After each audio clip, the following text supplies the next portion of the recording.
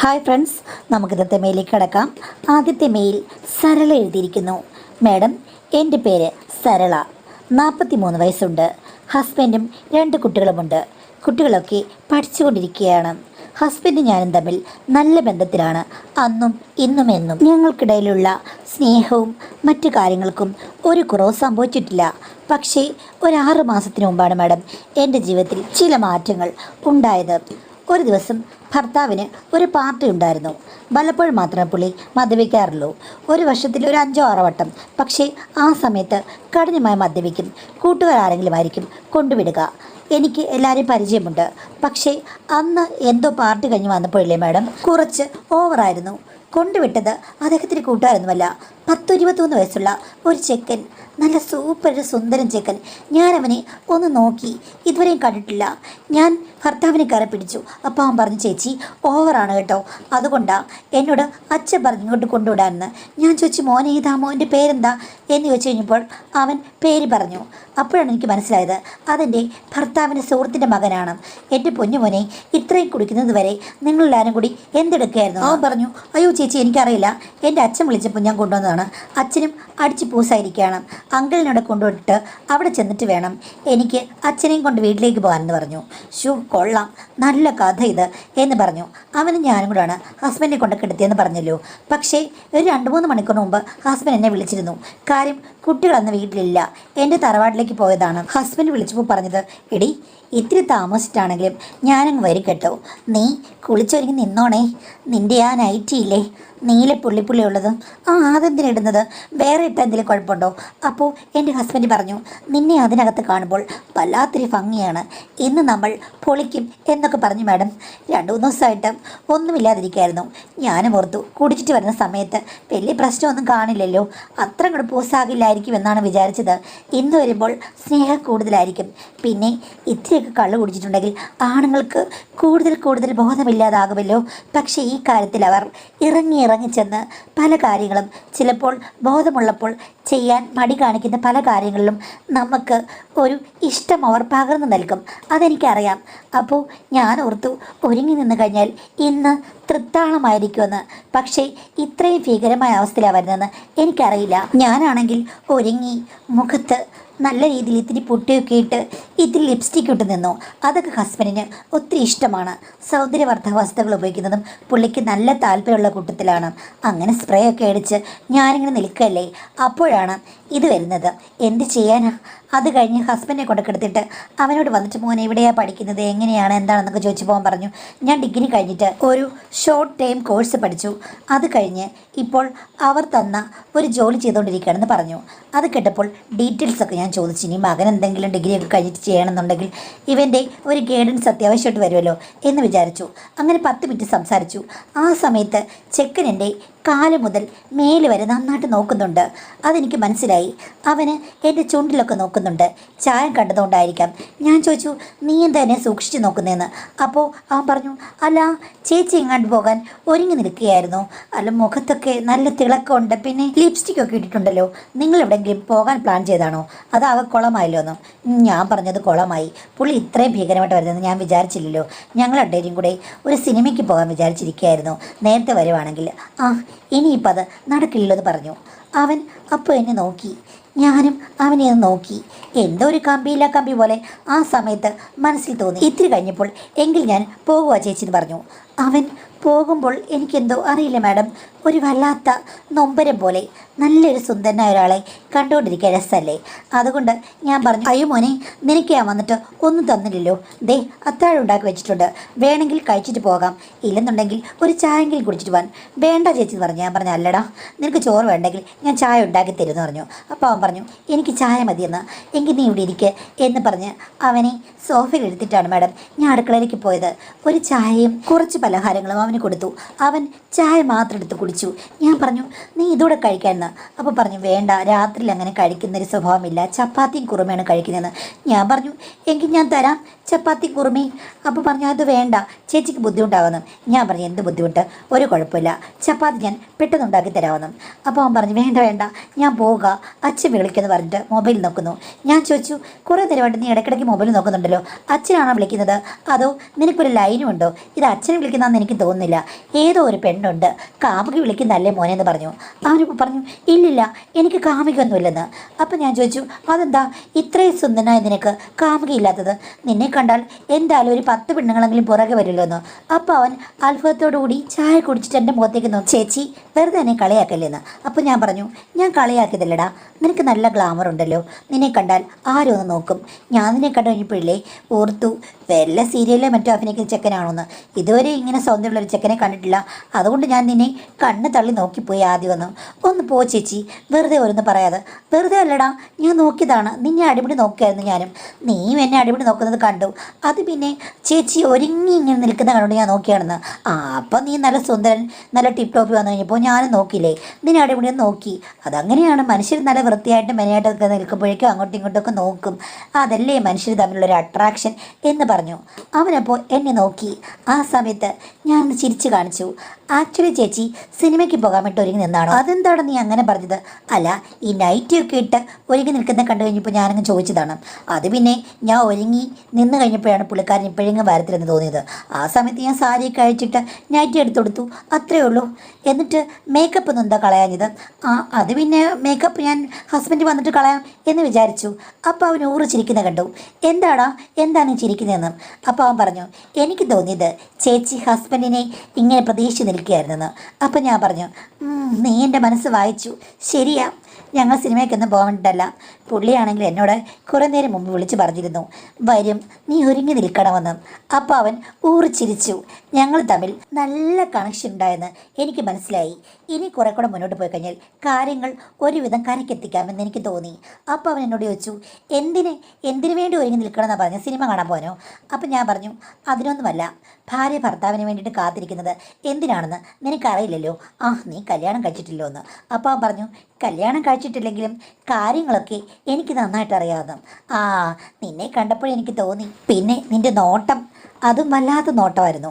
നീ ഒരു ചില്ലറക്കാരനല്ലെന്ന് എനിക്ക് ആദ്യമേ മനസ്സിലായെന്ന്.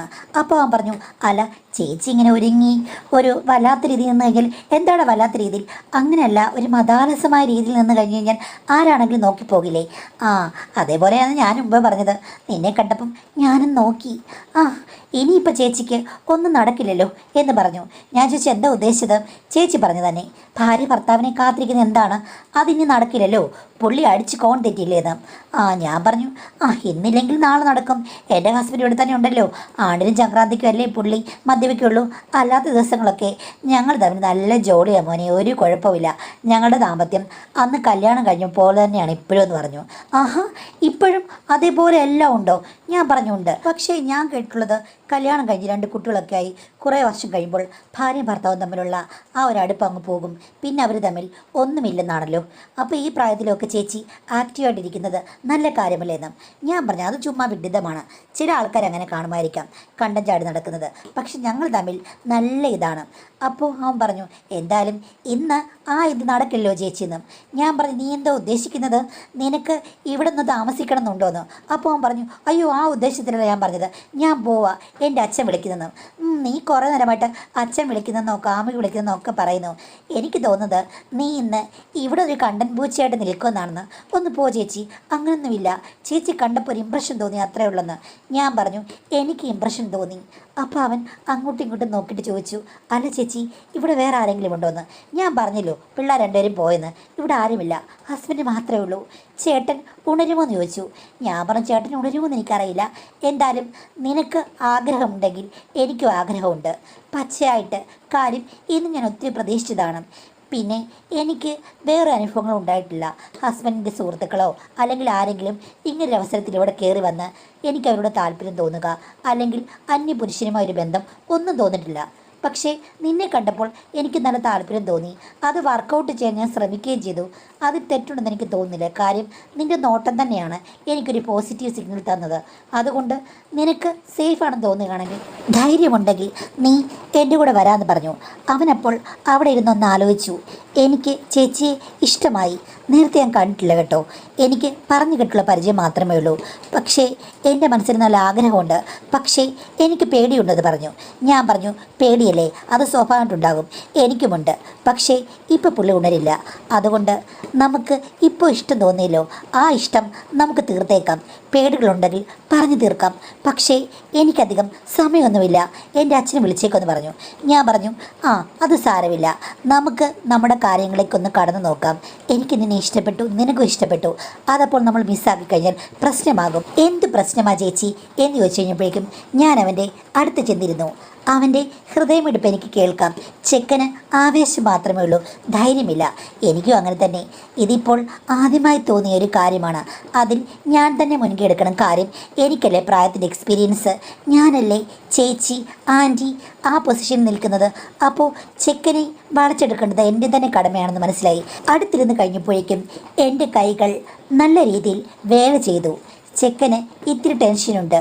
പക്ഷേ ഞാൻ പണ്ടൊരു ഉഴിച്ചിലുകാരിയാണല്ലോ. എനിക്കാണെങ്കിൽ അത്തരം കാര്യങ്ങൾ ഹസ്ബൻഡിൽ പരീക്ഷിക്കാൻ പണ്ട് ഒത്തിരി താല്പര്യമുള്ളവളായിരുന്നു. എക്സ്പീരിയൻസ് ഇത്തിരി കൂടുതലാണ്. ഇതിപ്പോൾ മറ്റൊരു ചെക്കൻ, അത്രയേ ഉള്ളൂ. പക്ഷേ എൻ്റെ ആ എക്സ്പീരിയൻസ് അവനൊത്തിരി ഗുണം ചെയ്തു. എനിക്ക് ഒരു ഉയർത്തെഴുന്നേൽപ്പിൻ്റെ ലക്ഷണങ്ങൾ കൺമുന്നിൽ കാണാറായി. അതോടുകൂടി എൻ്റെ മാനസിക നില ആകെ മാറിപ്പോയി. ആവേശത്തിൻ്റെ ശൃംഗങ്ങൾ തേടി നടക്കുന്ന ഒരു വെൺപറവയായി ഞാൻ മാറുകയായിരുന്നു. കണ്ടേ പറ്റൂ എന്നുള്ളതായിരുന്നു എൻ്റെ ആദ്യത്തെ സൂത്രവാക്യം. അതിൽ ഞാൻ വിജയിച്ചു. അവന് പിന്നീട് ഇത്തിരി മടിയുണ്ടായിരുന്നു.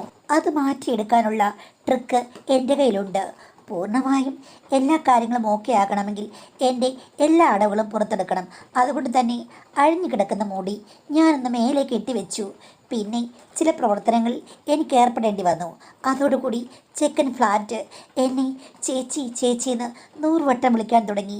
അലറുന്ന ശബ്ദമായി കഴിഞ്ഞപ്പോൾ എനിക്ക് മനസ്സിലായി ചെക്കൻ എൻ്റെ അടുത്ത് എല്ലാ രീതിയിലും അടുക്കാനുള്ള സാഹചര്യങ്ങളായെന്ന്.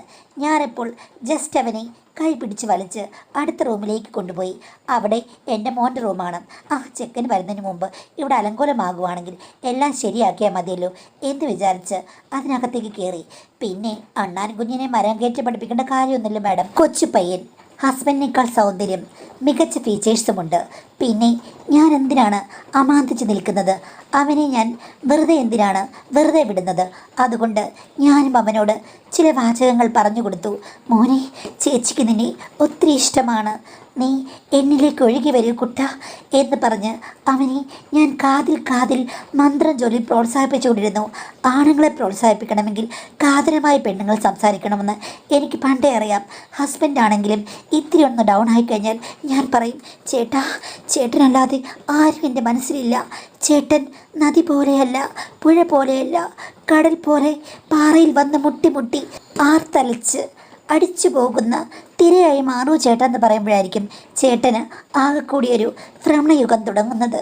അപ്പോൾ പിന്നെ എനിക്ക് കൂടുതൽ ആനന്ദമായിരിക്കാം. ആണുങ്ങളെ എപ്പോൾ സ്ത്രീകൾ വാക്കുകൾ കൊണ്ട് ഒത്തിരി പ്രോത്സാഹനം നൽകണം. അതുകൊണ്ട് ചെക്കനും ഞാൻ പ്രോത്സാഹനം നൽകി.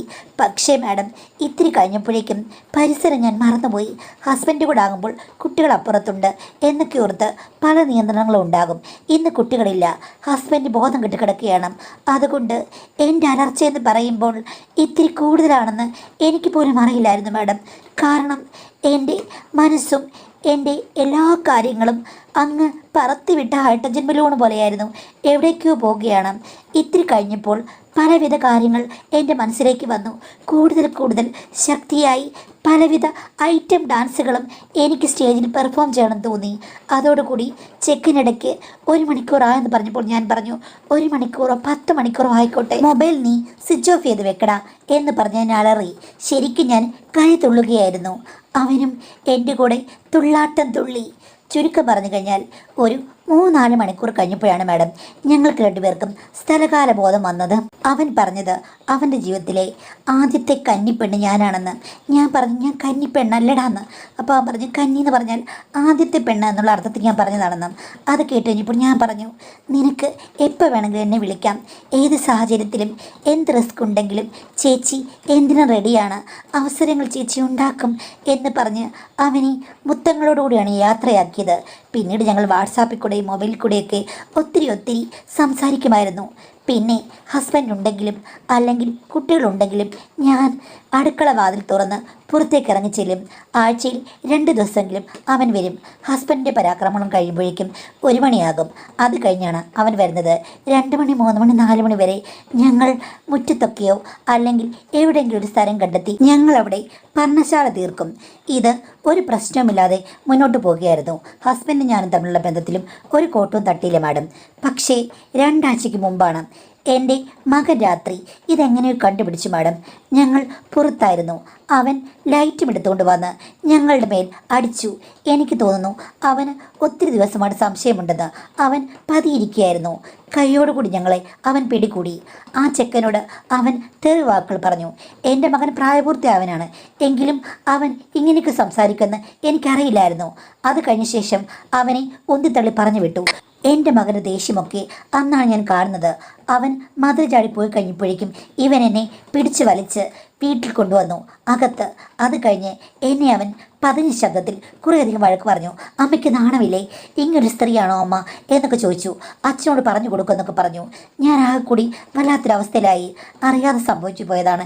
ഇതേപോലെ ഹസ്ബൻഡിനെയും കൊണ്ട് അവൻ വന്നു കഴിഞ്ഞപ്പോൾ ഒരു രാത്രി അറിയാതെ എനിക്ക് എന്തൊക്കെയോ സംഭവിച്ചു എന്ന് പറഞ്ഞ് ഞാൻ എന്നോട് അതങ്ങ് പറഞ്ഞു സംഭവം നടന്നതൊക്കെ. അപ്പോൾ അവൻ പറഞ്ഞു ആ ചെക്കൻ്റെ കുറ്റമുണ്ടെന്ന് എനിക്ക് മനസ്സിലായി. അമ്മയ്ക്കാണ് ആവേശം കൂടുതൽ. ഞാൻ ഈ അടുത്ത കാലത്താണ് ഇത് കണ്ടുപിടിച്ചത് എന്ന് പറഞ്ഞു. പല ശബ്ദങ്ങളും അവന് കേൾക്കാമായിരുന്നു, എൻ്റെ ഭർത്താവിന്. പക്ഷെ കേൾക്കില്ല. എൻ്റെ മകളും കേട്ടില്ലെന്ന് തോന്നുന്നു മാഡം. എന്തായാലും ഇവൻ കണ്ടുപിടിച്ച് കഴിഞ്ഞപ്പോഴേക്കും എനിക്ക് നാണക്കേടായി. എന്ത് ചെയ്യണമെന്ന് അറിയില്ല. ഒരു മറുപടിയില്ല. അപ്പോൾ അവൻ ചോദിച്ചു അച്ഛൻ എന്തെങ്കിലും പ്രശ്നം ഉണ്ടായിട്ടാണോ അമ്മ ഇങ്ങനെ ആൾക്കാരെ തിരഞ്ഞെടുത്തതെന്ന്. ഞാൻ പറഞ്ഞു ആൾക്കാരൊന്നുമില്ല, ഒരാൾ മാത്രമേ ഉള്ളെന്ന്. എന്താ അവനിൽ കണ്ടതെന്ന് ചോദിച്ചു കഴിഞ്ഞപ്പോഴേക്കും ഞാൻ പറഞ്ഞു നല്ലൊരു ചെക്കൻ, സാഹചര്യം. അപ്പോൾ അവൻ പറഞ്ഞു ഞാനും ചെക്കനാണ്, അവനേക്കാൾ അത്ര മോശമൊന്നുമല്ല ഞാൻ. അതുകൊണ്ട് നിങ്ങൾ ഈ വീട്ടിൽ അടങ്ങൊതിയിരിക്കണം, പുറത്ത് പോകാൻ പാടില്ല. നിങ്ങൾക്ക് ആവശ്യമുണ്ടെങ്കിൽ എനിക്ക് നിങ്ങളെ ആവശ്യമുണ്ടെന്ന് പറഞ്ഞ് അന്ന് മകൻ എന്നോട് അപമര്യാദയായിട്ട് പെരുമാറാൻ ശ്രമിച്ചു മാഡം. ഞാൻ അവനോട് പറഞ്ഞു അത് വേറൊരു പയ്യനാണ്, അവനോട് തോന്നിയ പോലെ നിന്നോട് എനിക്ക് തോന്നില്ലെന്ന്. അപ്പോൾ എൻ്റെ മകൻ പറയുകയാണ് നിങ്ങൾക്ക് ആരുമായിട്ടും എന്തും തോന്നും, മകനൊന്നുമില്ല. എനിക്ക് നിങ്ങളെ ആവശ്യമുണ്ട്, എനിക്ക് നിങ്ങളോട് താല്പര്യം തോന്നുന്നുണ്ട്, അതുകൊണ്ട് നിങ്ങൾ സമ്മതിക്കണമെന്ന് പറഞ്ഞ് അവൻ ചില ബലപ്രയോഗങ്ങൾ നടത്തി മാഡം. ഞാൻ ആ സമയത്ത് അവനെ തള്ളി മാറ്റി ഓരോന്നൊക്കെ പറഞ്ഞ് രക്ഷപ്പെട്ടു.